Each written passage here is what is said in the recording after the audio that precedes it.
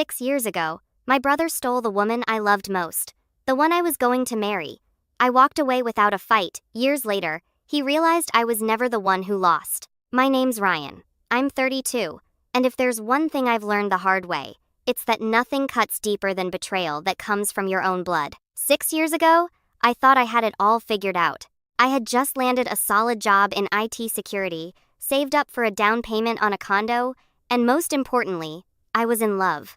Her name was Elise. She wasn't flashy, wasn't the loudest person in the room, but she had this calm presence that made you feel like the world could fall apart and she'd still be standing with you. I had the ring. I had the speech. I even had the dinner reservation.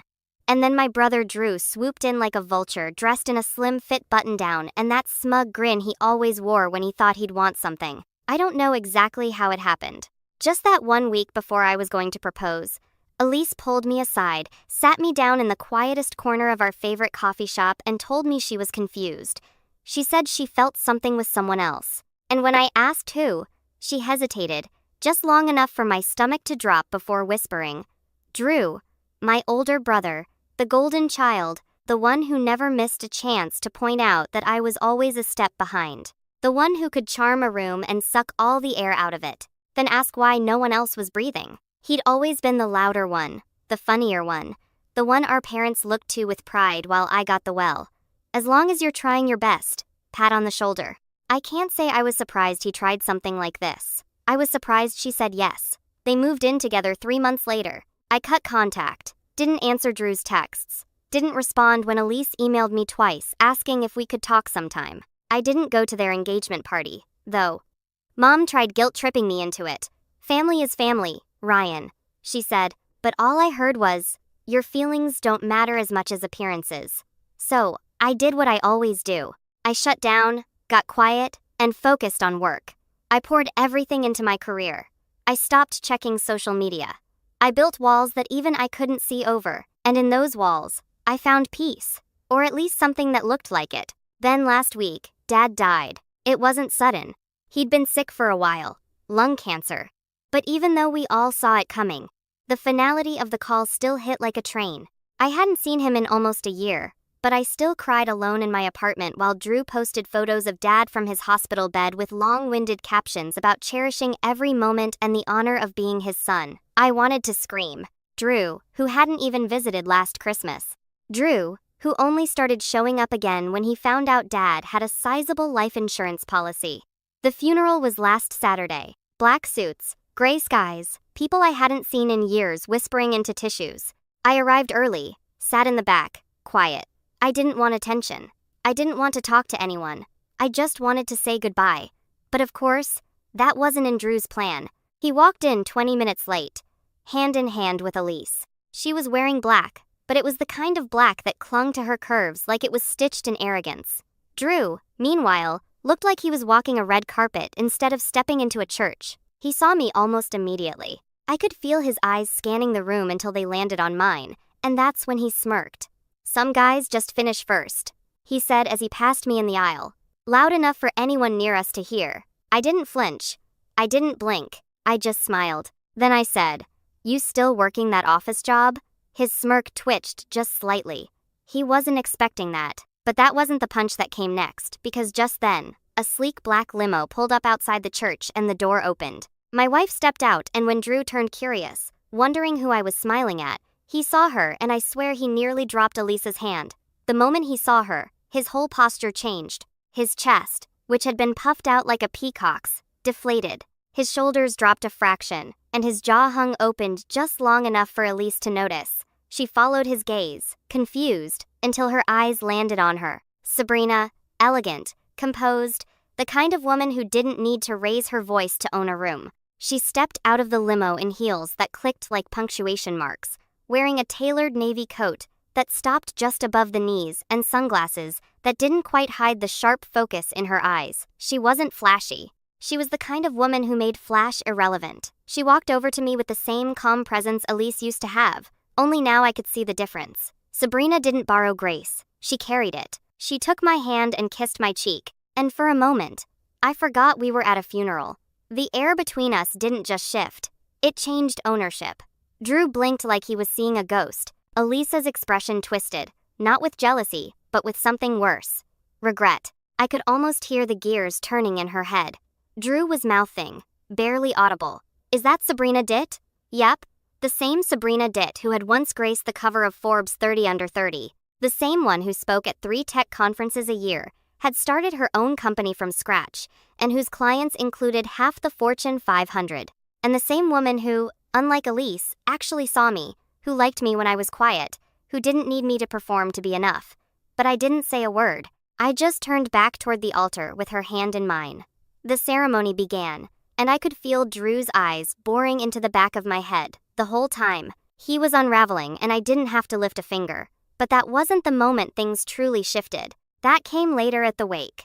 The reception was held at our parents' old estate, a place that to me still smelled like burnt toast and disappointment. The house was full of mourers, and Drew was in his element, shaking hands, laughing too loud, telling stories about Dad like he'd been his caretaker instead of a once-a-month visitor. Elise was glued to his side, occasionally tossing glances at Sabrina and me from across the room. At one point, I walked into the kitchen to get a glass of water and found my mother there stirring something on the stove. She didn't look up. I saw who you brought, she said. I waited and she sighed deep and theatrical. It's just this isn't a competition, Ryan. It's your father's funeral. I didn't make it a competition, I said calmly. Drew did. 6 years ago. She turned around then, eyes sharp, spoon still in hand. You're still bitter about Elise. You were barely dating a year. And Drew loved her. I actually laughed. I was going to propose. You knew that. She waved the spoon dismissively like she was batting away a fly. You weren't ready. You never were. Always so cautious. So quiet. Drew goes after what he wants. Maybe you should have done the same. And just like that, I was 12 again, sitting at the dinner table while Drew got praised for making the soccer team. And I got scolded for getting a B in math. I was 17.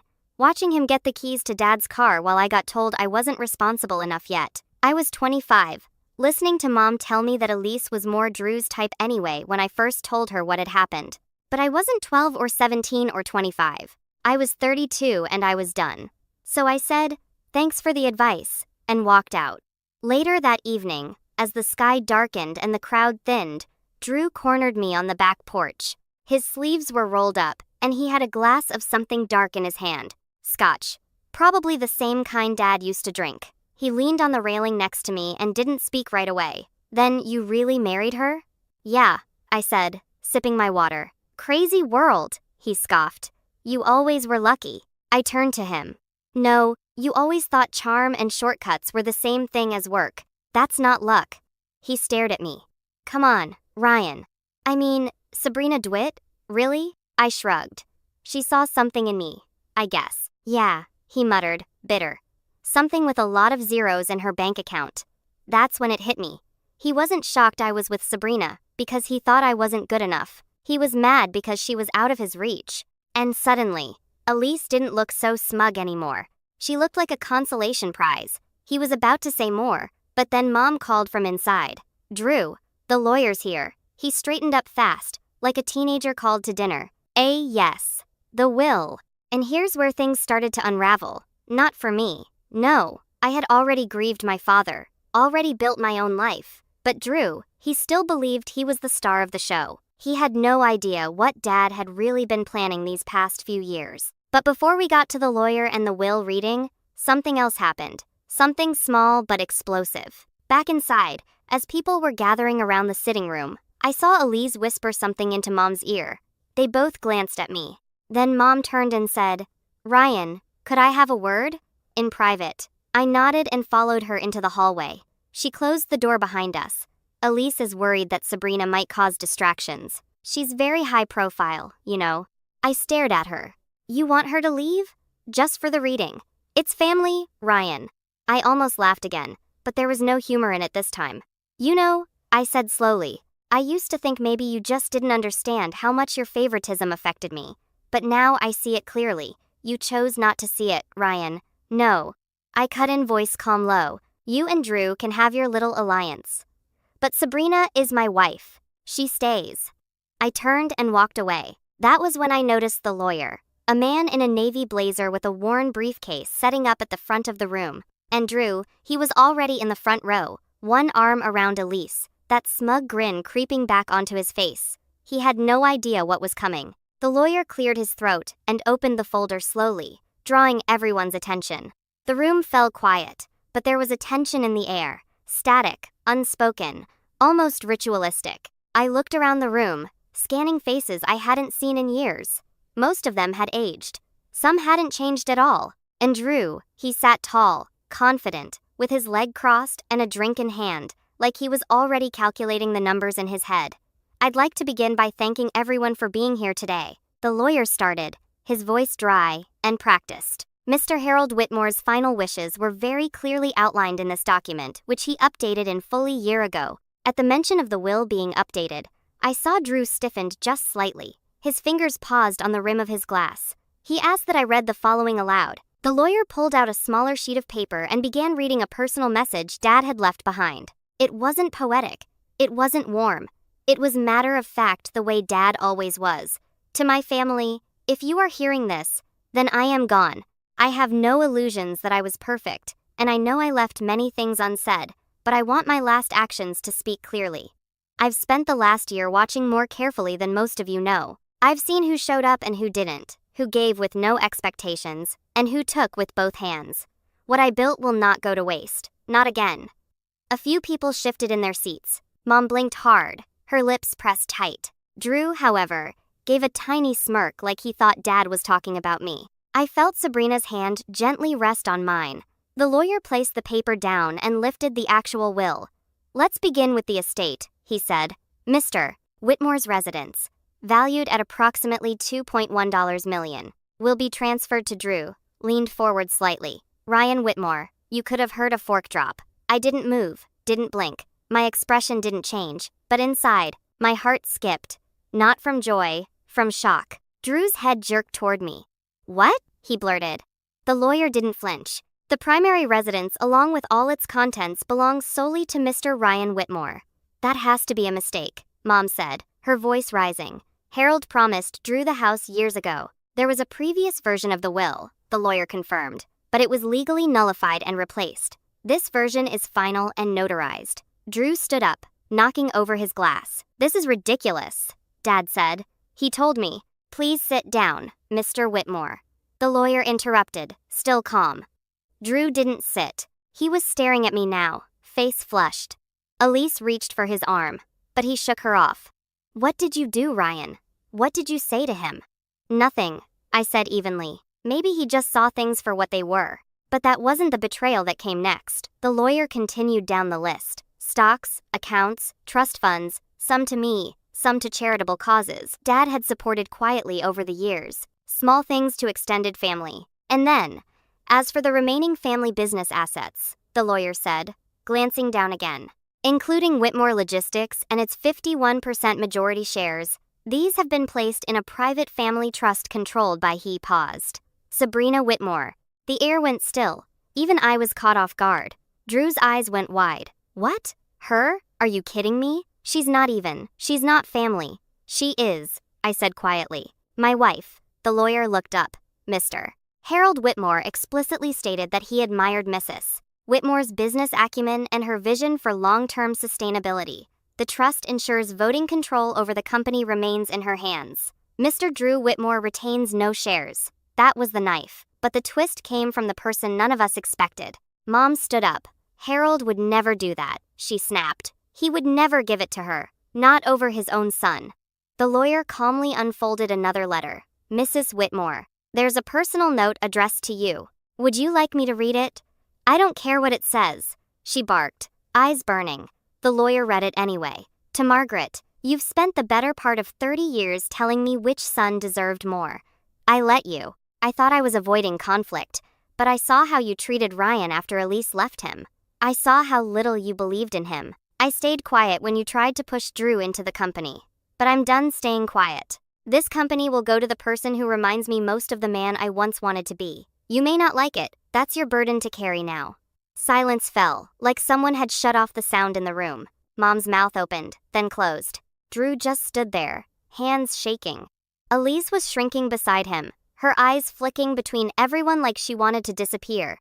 And then Drew snapped. "You manipulated him," he said, pointing at me. "This is some twisted game. You think you've won, huh? Because you married some rich woman and kissed up to Dad on his deathbed." I stood. "I didn't have to manipulate anyone," I said. "I just showed up." He moved toward me fast, too fast. But Sabrina stepped in between us without hesitation. Calm but firm. "Don't," she said. Just that. But her voice could have stopped traffic. Drew glared at her, then at me. And then, for the first time in years, I saw something I'd never seen in his eyes before.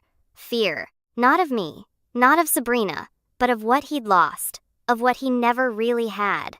He turned to Elise, expecting support, but she just stared at the floor. And that's when I knew he had no one left to blame but himself. But the real fallout hadn't even begun yet. Because as the room emptied and the lawyer packed up, Sabrina leaned in and whispered something to me. And when I heard it, I almost dropped her hand. Sabrina didn't raise her voice. She didn't need to. Her words were like a scalpel, precise, quiet, and instantly sharp. "He tried to contact me," she whispered before the funeral a week ago through a mutual client. I didn't react right away. I just kept my eyes on the now half-empty room, watching Drew storm off toward the garage like a man looking for something to break. My throat tightened when I asked. "Last Friday," she said softly, "he asked our client to pass along his number to me. Said it was about a business proposal. I didn't tell you, because I wanted to see what kind of move he was making first. And now we knew. He hadn't just stolen the woman I loved years ago. He hadn't just paraded her in front of me at our father's funeral or mocked me with that smug little jab about finishing first. He was still trying to sink his claws into everything I had, even after everything that had just happened. And the worst part, it still hurt. I thought I was past it. I thought marrying Sabrina, rebuilding my life, and watching Drew's smug smile finally crumble would be enough. But it wasn't, because somewhere deep down part of me still wanted a brother. Still wanted my mother to see me just once without measuring me against the shadow she'd shaped Drew into. Later that night, I stood in my old childhood bedroom, now empty, stripped down, the posters and trophies long gone. Just 4 beige walls and a small desk that still had a carved or plus in the corner. I must have done that when I was 13. When I still believed love was permanent, and families were forever. Sabrina had gone to take a call outside. I told her I needed a moment alone. That's when I saw it. An old photo on the shelf above the desk. Faded bin at the edges. It was me and Drew in high school. We were at some summer lake trip. Shirtless, grinning, arms slung around each other's shoulders like we actually had each other's backs. He had that same cocky smile. And I looked like I hadn't learned how much it could all be ripped away yet. I sank into the creaky desk chair, elbows on my knees, hands rubbing at my face. All those years of trying to earn respect, trying to be the better man, trying not to let the bitterness fester.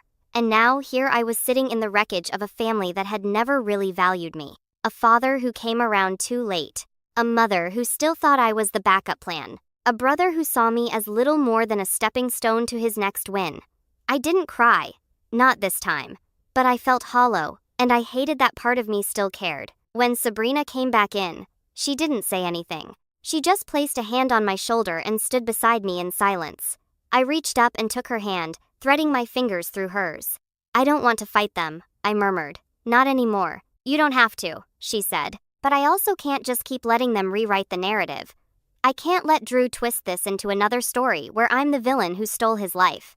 "Then don't," she said simply. "Tell the truth. In your way. On your terms." Her words stuck with me. I stayed up that night walking the halls of the estate. Every corner held some piece of a memory, some good, some sour. I found myself in Dad's study around 2 a.m., flipping through some of his old journals and notes. He wasn't much of a writer, but he'd kept records.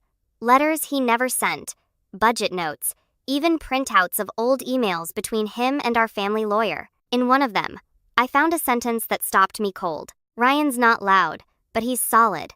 I don't say it enough, but he's who I'd want in charge if it all came down." I didn't know whether to feel pride or anger. Why had he never said this to me? Why did he only find his voice through paperwork and lawyers after he was gone? But that sentence, it lit something in me. Not rage, not revenge, just resolve. I closed the folder, pulled out my phone, and began typing. The next morning, I asked Sabrina to help me get a few things moving. I made calls. I contacted the board of Whitmore Logistics, I started reviewing the bylaws. I didn't know exactly what I was building toward yet, but I knew I wasn't going to just sit back and watch Drew throw one last tantrum and try to burn everything down because he would. I knew that now. This wasn't over for him, not by a long shot, but it was changing for me. I wasn't going to play defense anymore, and if Drew wanted to test how solid I really was, he'd get his answer soon enough. The shift didn't happen overnight. It never does. But over the next few weeks, something changed. Not just around me, but in me. I returned home with Sabrina to our place in Seattle, a penthouse with wide windows and a quiet view of the Sound. The kind of home that felt calm, like it had nothing to prove. I remember standing on the balcony that first evening back, watching the sun dissolve into the ocean, feeling something I hadn't felt in a long time. Certainty. Not about what I'd do next, but about why I had to do it. Drew was silent for about 10 days after the will reading. No texts, no calls, not even one of his dramatic rants on social media. I knew what that meant. He was scrambling behind closed doors. He was surely contacting every connection, every lawyer, every family friend who might find a loophole or some shred of sympathy to rally behind him. He'd always believed that confidence could fill in the gaps where competence failed. But now there were no shortcuts, no mom to whisper in Dad's ear, no Elise to run to when the lights dimmed. Meanwhile, I began the process of stepping into the role Dad had quietly built for me. At first, I wasn't sure I'd even keep the company, but Sabrina, ever the strategist, said something that stuck with me. You don't have to wear your father's shoes. Just walk the path he paved with your own stride. So, I did. I flew down to meet the Whitmore Logistics Board 2 weeks after the funeral. I expected skepticism, doubt, maybe even resistance. Instead, I walked into a room of gray suits and expected eyes. And the first thing the chairman said was, "You look just like your father when he was young." But I didn't feel like him, and I didn't want to be him. I told them as much. "I'm not here to make promises I can't keep," I began. "But I won't coast on my name either. I want to understand what this company needs to survive the next 10 years, not just the next quarter." They nodded slowly at first, then with real interest. By the end of that 2-hour meeting, I had half of them shaking my hand and the other half pulling me aside to quietly say they were relieved Drew wouldn't be involved. Sabrina was right. Dad had left the infrastructure, but now it was mine to shape. That same week, a small business podcast interviewed Sabrina about her newest acquisition. And when the host asked about her husband, she didn't flinch. "He's the most disciplined person I've ever met," she said, smiling. "He doesn't talk much, but when he moves, things shift." It shouldn't have meant as much as it did, but hearing those words made something tighten in my chest. It felt like someone finally saw the version of me I'd always known was there beneath the quiet, beneath the years of being second best. The next month was a blur of meetings, plans, and quiet victories. We hired a new CFO for Whitmore Logistics, a sharp woman named Natalie with zero tolerance for fluff, and a talent for spotting hidden inefficiencies. I let Sabrina consult on operations strategy, though she never overstepped. She was careful, respectful. She let me lead. And the numbers? They spoke for themselves. Revenue stabilized. Employee morale improved. And within 6 weeks, we negotiated 2 contracts that Dad's team had been trying to land for years. My inbox went from ignored to overflowing. I found myself invited to dinners, conferences, private equity discussions, none of which had ever included me before. But through it all, I stayed focused and quiet. Let Drew make the noise. I was building the foundation. Then, on a rainy Tuesday afternoon, the phone rang. I was in the office going over restructuring plans with Natalie. I almost let it go to voicemail, but something made me answer. It was Elise. "Hey," she said softly. There was a long pause, like we were both trying to figure out if we were strangers or still something else. "I wasn't sure you'd pick up," she continued.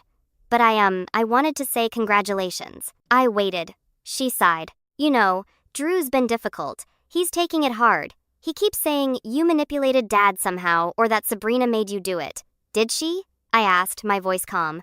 "No," she admitted. He can't accept that you actually came out ahead. That you built something without playing dirty. It doesn't fit his version of the story." That line stuck with me. It doesn't fit his version of the story, because that's what it always was with Drew. A story where he was the hero, no matter how much wreckage he left behind. And now, he had no narrative that could explain this version of reality, where I didn't just survive. I thrived. Elise hesitated. Then, in a quieter voice, "Can I ask you something?" I didn't answer, but she took that as a yes. "Are you happy?" I thought about that for a long moment. About Sabrina curled up with her tablet on the couch at night, humming softly while she worked. About the quiet mornings with fresh coffee and shared glances across the kitchen. About the growing respect I was earning. Not demanded, not gifted, but earned from people who once ignored me. "Yes," I said. "I am." Elise was silent on the other end. Then she whispered, "I'm sorry." "I know," I said gently. But that chapter's closed. She didn't argue, just hung up quietly. And when I looked up, I saw Sabrina standing in the doorway holding 2 coffees. She didn't ask about the call, just raised a brow and offered the extra cup. I took it. Life had shifted subtly but completely. But I knew the calm wouldn't last, because I had just stepped fully into the life Drew believed belonged to him. And now somewhere out there, he was rewriting his next move. And the only question left was how far would he go this time? It began with a single envelope and delivered. No return address. No note. Just my name on the front pinned in the kind of rushed handwriting you only see when someone is angry or desperate. I opened it at my desk the next morning, a light drizzle tapping against the office windows as Seattle yawned awake below. Inside was a folded set of documents, photocopies of emails, legal filings, and one printed text conversation. My heart rate slowed as I flipped through them. Then it started picking up again. Drew, he'd been trying to sell confidential Whitmore Logistics client data to one of our competitors. Small time so far, nothing that had moved past whispers. The emails showed him offering insight on contracts, vendor weaknesses, even private performance metrics. It hadn't gone through yet, but he'd tried. And the worst part?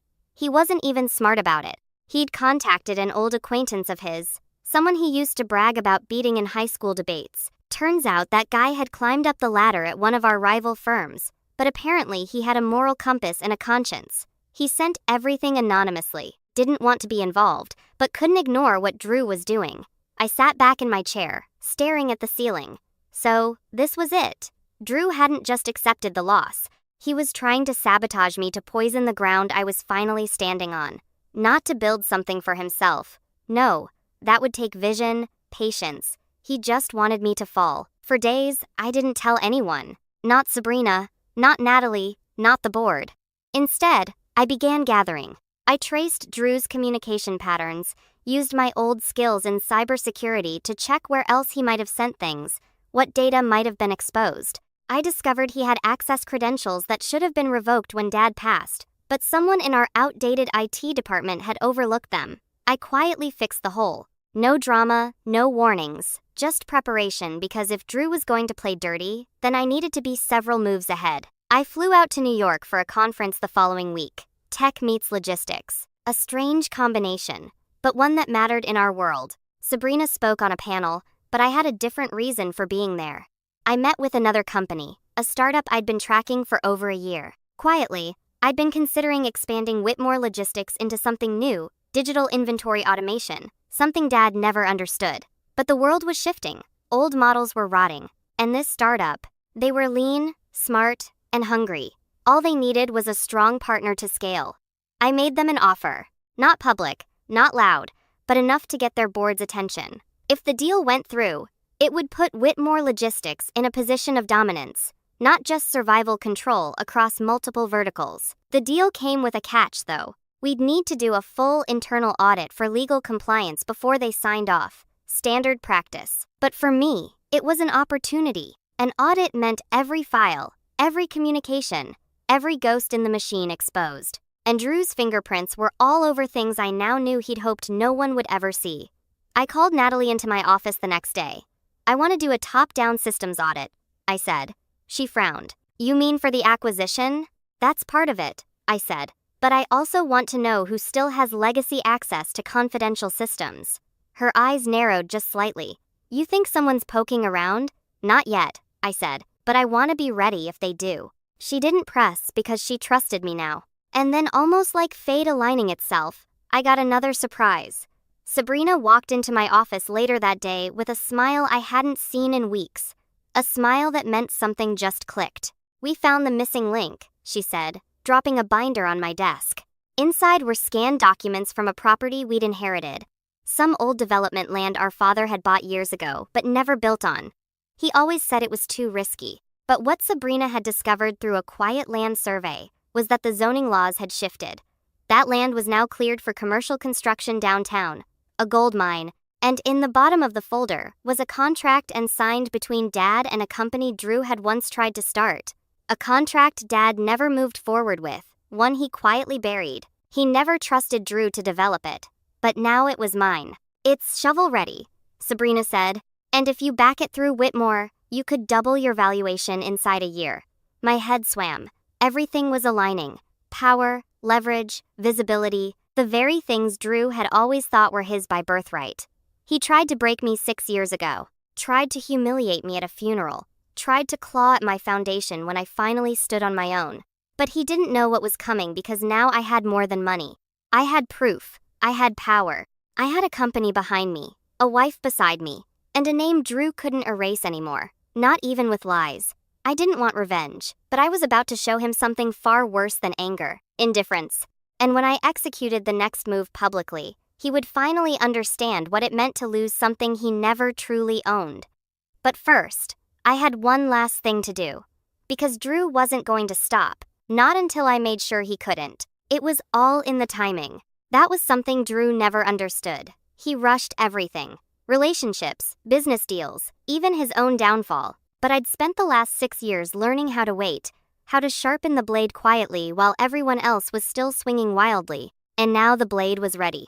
The internal audit finished ahead of schedule. Natalie and her team turned over their findings on a Thursday morning, and I read them 3 times just to be sure. Drew's unauthorized access had left a trail clear as day. Data pulls from internal reports, suspicious login from a private IP, and worst of all, a download of confidential bid information just days before one of our largest contracts was lost to a competitor. That loss had cost us nearly $4 million. The board didn't know it yet, but they would. I called a special executive meeting for Monday morning. Sabrina would be present. So would the compliance officer, the company attorney, and the entire board of directors. And because it was protocol to invite all shareholders with a past managerial history and stake over 5%, Drew would be there too. I made sure of it. He showed up 5 minutes late, of course, wearing a too tight suit and an overconfident smirk, like he thought he was stepping into some casual sit-down where he'd get to play the role of misunderstood genius. Elise wasn't with him. I had a feeling she was finally starting to see through the cracks. Didn't think you'd miss the chance to look important, Drew said as he dropped into a leather chair near the end of the table. I didn't respond, just nodded to the lead attorney to begin. The attorney cleared his throat and pulled up the screen behind him where a slide titled Security Breach Findings. Summary report glowed in large clean letters. The room fell quiet as the findings were laid out. Time-stamped access logs, flagged IP addresses, and correlations with lost contracts. I watched the reactions around the table. Confusion, shock, then anger. And Drew, he didn't blink. Not at first. But the moment the lawyer showed the screenshots of emails, his emails offering Whitmore's internal bid numbers to a rival firm, his jaw clenched. This is absurd, he finally said. You really think I'd risk everything over that? The attorney responded calmly. You didn't just risk it. You executed it. We have digital verification, timestamps, traces of the downloads made using your legacy credentials. Mr. Whitmore, he glanced at me, has already filed for a retroactive internal injunction. And given the evidence, we're preparing to notify the state authorities. Drew laughed. But it was thin, brittle. This is a setup, Natalie spoke then. You're the only person who still had access through a blind credential link your father left. We caught it. You exploited it. Sabrina leaned forward. And you thought you were going to sell off his company piece by piece while smiling at his funeral. You really don't know how to build anything, do you? Drew turned red. This is insane. You're just trying to wipe me out of the family completely. I finally spoke. Calm, steady. No, Drew, you did that to yourself. I'm just making it official. I slid a document across the table. It was a formal cease and desist order drafted by our legal team, barring Drew from all Whitmore-owned properties, communications, and internal systems. He was also being referred to state business regulators for corporate espionage and data theft charges that, while they might not land him in prison, would destroy any chance of starting a business again. His name would be flagged in every due diligence process for the rest of his life. He stared at the paper, then at me. "You think you're the better man now?" he spat. "No," I said simply. "I'm just not the fool anymore." He stood, shoulders heaving. "This isn't over. You think this is the end. You're still the same silent little ghost, living in my shadow. No matter what you do." "Then maybe," I said, cutting in gently. "It's time you stop walking in front of the sun." He blinked, taken aback. That was the last thing I said to him. The board voted unanimously to sever all future association with Drew. His remaining shares, thanks to a clause Dad added in his final update, were forfeitable upon proven misconduct, which, given the report, was as proven as it could get. By noon, his access was revoked. By nightfall, the press got wind of the internal security breach and the swift action taken by new leadership. I gave no comment. Sabrina issued a one-line statement. "We protect what we build." Drew, I later heard, tried to get a meeting with one of our former competitors, only to be politely turned away. He'd burned too many bridges, and the ones he thought he could buy, they were owned by someone else now. Me. In the days that followed, I didn't celebrate. I just worked. Contracts were signed with the startup. Our market value rose. Sabrina negotiated an investment partnership with a European firm that gave us presence in 3 new countries. I spent my days building, not gloating, not chasing ghosts. But there was one final moment that made the revenge truly settle. A letter arrived, handwritten. No envelope this time, just a short message on lined paper. "You got what you wanted. I hope it was worth it, D." I folded it once and tucked it into the back of my desk drawer without a word because I had no interest in responding. He wanted me to come down to his level, but I was already building something he couldn't reach anymore. And he finally knew it. The fallout came quickly. A week after the board meeting, Drew's name hit the industry blacklist. The startup circles he used to lurk and close their doors. I didn't have to say a word. The documents we uncovered spoke louder than I ever could. His LinkedIn went dark. Elise moved out quietly without drama. I knew because Sabrina received an automated change of address alert linked to one of the old shared properties Drew had tried to funnel through their joint accounts. She moved back in with her sister across town. I wasn't surprised. A month later, Mom called. I stared at the screen for a long time. It blinked once, twice. Then I let it go to voicemail. She tried again the next day.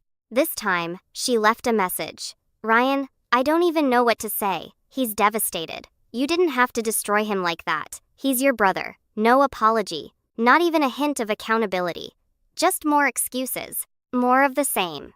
I deleted the message without replying. 3 months passed. Whitmore Logistics was thriving. The acquisition was finalized, and with Sabrina's guidance, we rolled out a new digital logistics platform that reduced processing time by 37%. Our valuation doubled. Forbes ran a profile titled "The Silent Son Who Rebuilt an Empire." I didn't care much for the headline, but the truth underneath it mattered. I was finally seen. Not because I screamed, but because I stood firm. Drew. He tried to start over, moved to a smaller city 2 states over, and launched a consulting firm under a different name, but it didn't last. Word spread. No one trusted a man with a record of corporate theft and a reputation for burning bridges. One of our clients sent me a photo a few months later. Drew working at a co-working space, hunched over a laptop, wearing the same jacket he wore at Dad's funeral. Same scowl, too. He wasn't building anything. He was just trying to stay afloat. Mom stopped calling after that. I think she understood I wasn't coming back. Not to Sunday dinners, not to birthdays, not to the fantasy she tried to preserve. The version of me who accepted scraps was gone. And Elise. I saw her once by accident at a conference standing near the coffee booth with a quiet, distant look in her eyes. She didn't speak, neither did I, but the sadness in her eyes said everything. She hadn't just lost me, she'd traded me. And now the cost had caught up. That night, back at home, I stood on the balcony with Sabrina, watching the city lights flicker beneath us. "You know," she said, "you never once raised your voice through all of this." "Didn't need to," I said. She smiled and leaned her head on my shoulder. "You didn't just win. You outgrew them." And she was right. For the first time in my life, I didn't feel like I was standing in anyone's shadow. I was standing on solid ground, my own, and I'd built it from the ashes they left behind. Final line. Some men fight for power,